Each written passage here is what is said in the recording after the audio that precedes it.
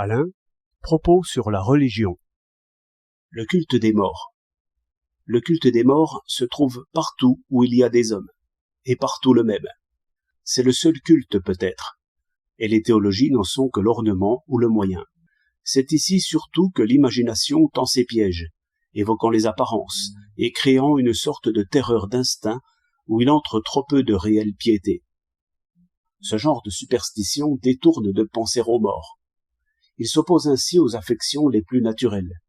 Aussi, tout l'effort du culte va à calmer cette peur presque animale, et les plus naïves religions ont toujours senti que le retour des morts dans leur apparence extérieure était le signe qu'on ne leur avait point rendu les honneurs qu'on leur devait. Le père d'Hamlet revient, parce qu'il n'est pas vengé. D'autres demandent sépulture. Ces coutumes font entendre qu'il y a une manière, en quelque sorte passive, de penser aux morts, qui n'est point bonne. Ce souvenir n'est donc pas le tout.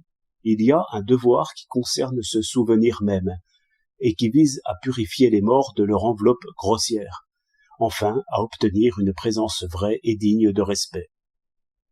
Le plus beau travail des affections est d'orner et d'embellir ce qu'on aime, en gardant toutefois la ressemblance. Et chacun sait bien que l'objet vivant et présent en son corps ne favorise pas toujours ce genre de méditation. C'est pourquoi il serait impie d'évoquer en esprit les défauts, les petitesses ou les ridicules de ceux que l'on a aimés. Mais aussi la volonté s'applique à écarter ce genre de souvenirs et y parvient toujours. D'où cette idée universelle que les morts ont un genre d'existence plus libre par rapport aux nécessités inférieures qui font les passions et l'humeur. L'idée de purs esprits ou d'âmes séparées est donc naturelle.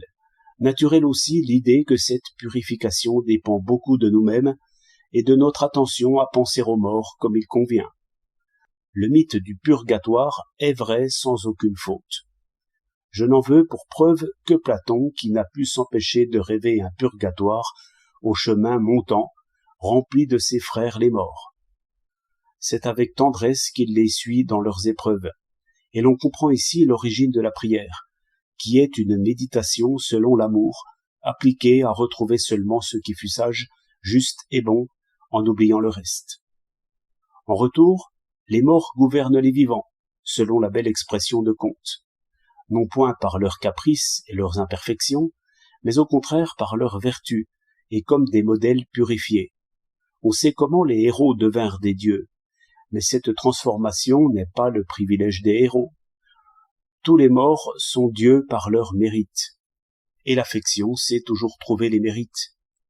Ainsi, par le culte des morts, nos pensées préférées sont toujours meilleures que nous.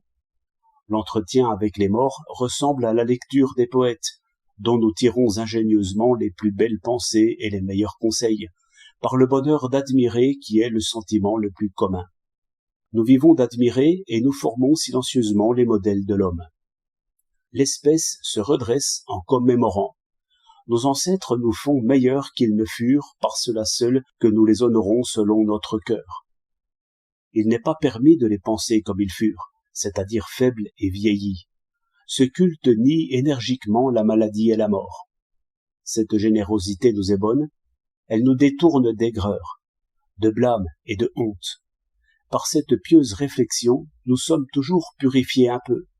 C'est ainsi qu'il faut entendre que les morts prient pour les vivants. 15 janvier 1922.